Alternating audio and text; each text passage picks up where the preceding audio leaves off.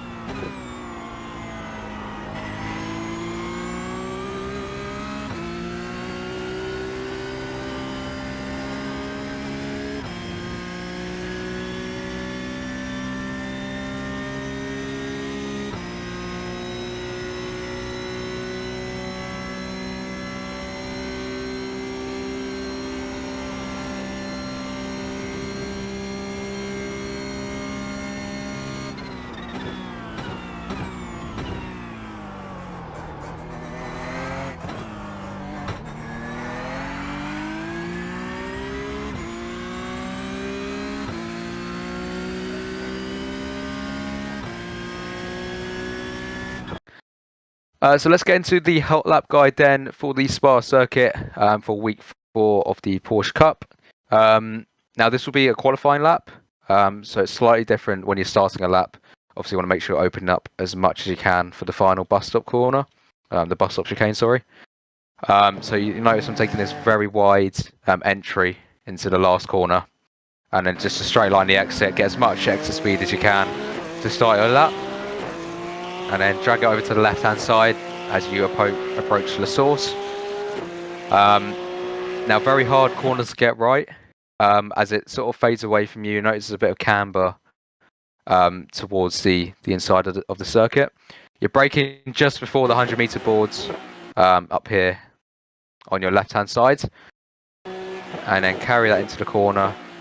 Just make sure you're turning a bit after the apex, just so you get a better exit. And then straight on the throttle. You're basically getting as close as you can to this green patch on the inside here. And then back on the throttle as early as you can. Now you can use all of the exit curb. The limit is about this bit of concrete. And you won't get off track for that. So very useful to use all of the exit curb that you can. And then you head down towards one of the most famous corners in the world, which is Rouge and Radion, obviously. So on the entry to the source, not the source, Radion, you're using all of the curb that you can, and you've really got to make sure you open up the entry to a Rouge, because otherwise you're going to have to lift off and you lose time.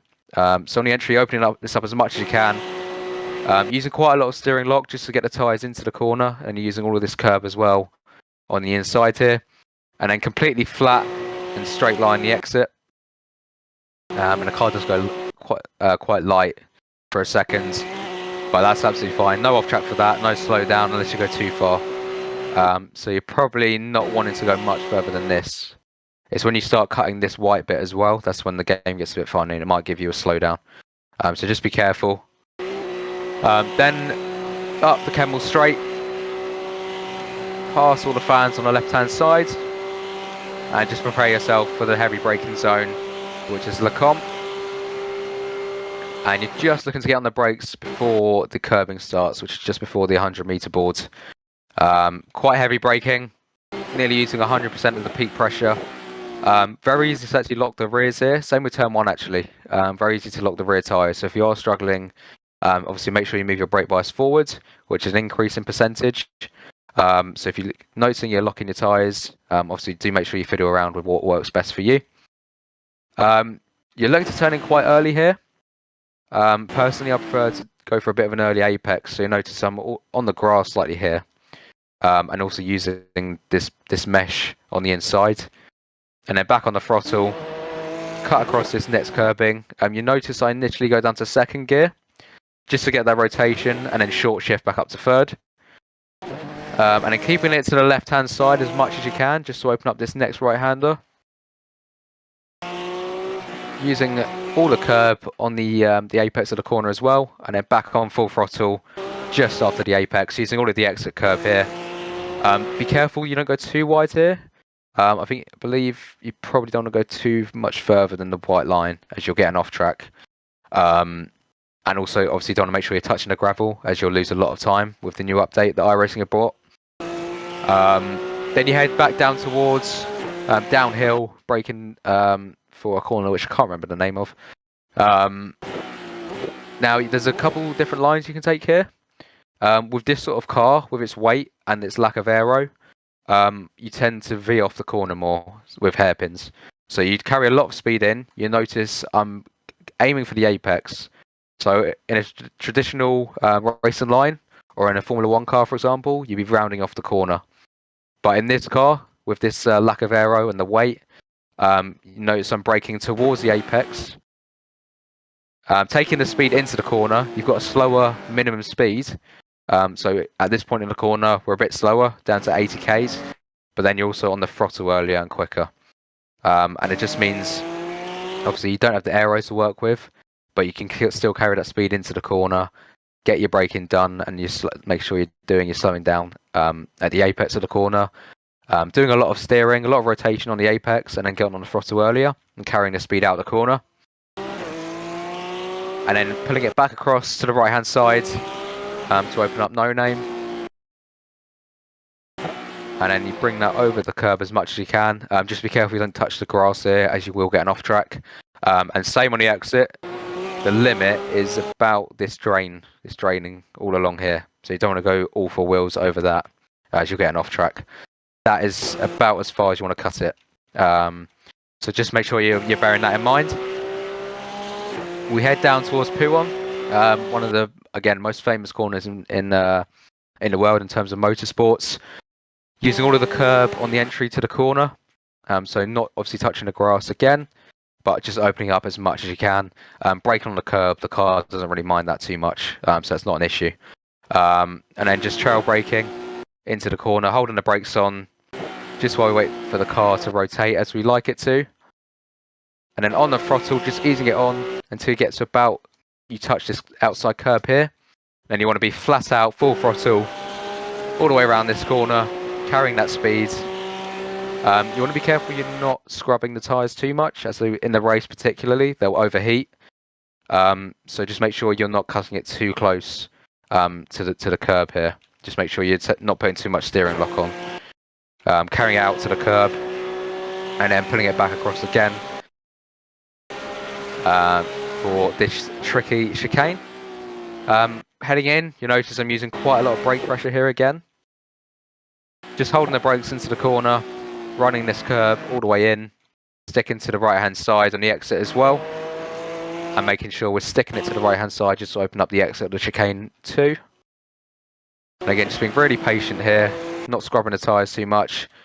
It's up to you whether you want to use this curb or not. I've found personally it unsettled the car, but if you want to use it and it's quicker for you, then by all means go ahead. There's no off track for doing that at all. And speaking of off tracks, you want to be careful with this corner as well, as it can be a bit funny on the exit sometimes. Again, you're looking at the drain cover for an off track, so just make sure you're keeping these two tyres within the drain cover, and then pulling it back to the left hand side. Again, braking on the curb on the entry. Now you can apex quite early here. You notice I'm turning in quite early, and that's because of the nature of the corner. You can use a lot of the exit curb.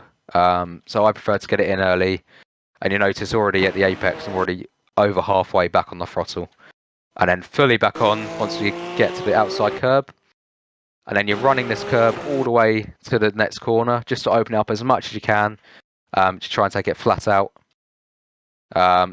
Again, no off track for that unless you go over the drain cover. So just make sure you're keeping one wheel or two wheels on that curb there. Open up the next corner. Now some laps it's flat. It really depends on how the tyres are doing, and also your fuel loads. In qualifying, there was a slight lift just as the car got a bit light. It doesn't have that weight behind it, and the rear end can come around on you slightly. But in the race, it should be flat out most laps. Again, depends on the tyres and the temperature and things like that. But obviously, there's no point trying to take it flat and then losing time fighting the car.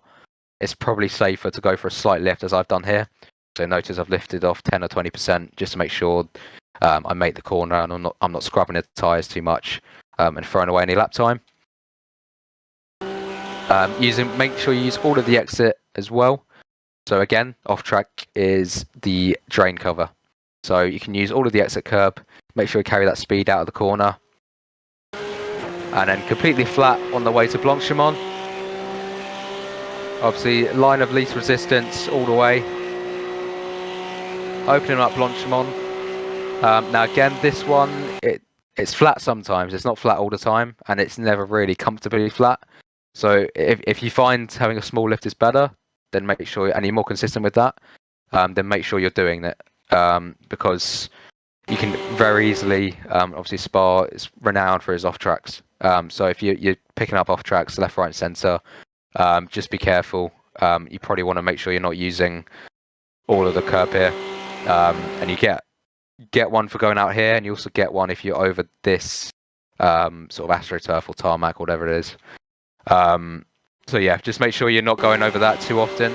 You can afford one wheel on it, like I've done here. You won't get an off track, but if you go any more than that, you will pick one up. I believe I was completely flat this lap. Yes, I was. Just make sure you aren't hitting this curb too much either. The raised bit, so this bit here, will send you wide. So just be careful of that. You want to get into this. There's a little bit of camber on the corner you can use. So just within this bit of the curb here, just make sure you're aiming for that. But yeah, flat out towards the bus stop.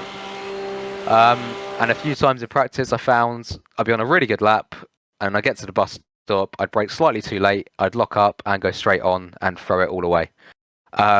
So always best to brake slightly earlier here, particularly on your qualifying laps. It's not worth risking, half a tenth just to ruin your lap completely. So I'd probably say it's always better to brake a bit earlier than you think here. You're looking to brake around this line here, which is just before the 150 meter board. In fact, I'm already on the brakes here. So you're more looking at this shadow or this pillar up here with the advertising on to start braking. And then pretty much 100% into the corner. And then just slowly coming off it towards the apex. Get your rotation done. Making sure you're obviously hitting the curb with the camber you can use to rotate the car. Open up the next part of the bus stop. Get on the throttle as early as you can. You notice I go briefly again down to first gear just to get that rotation, and then short shifting again on the exit to seconds, and then using all of the exit curb as well. Again, don't go further than the drain as you will get an off track. But yeah, as long as that's all in check, that is a lap of the Spa circuit. So I hope that was useful for you guys.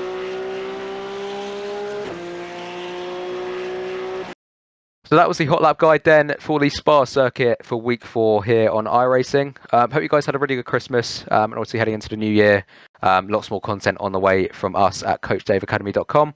Obviously make sure you head over to the Discord as well for any questions you've got. Obviously all the latest data packs on the website as well. But I've been Emery with Veloce Vex.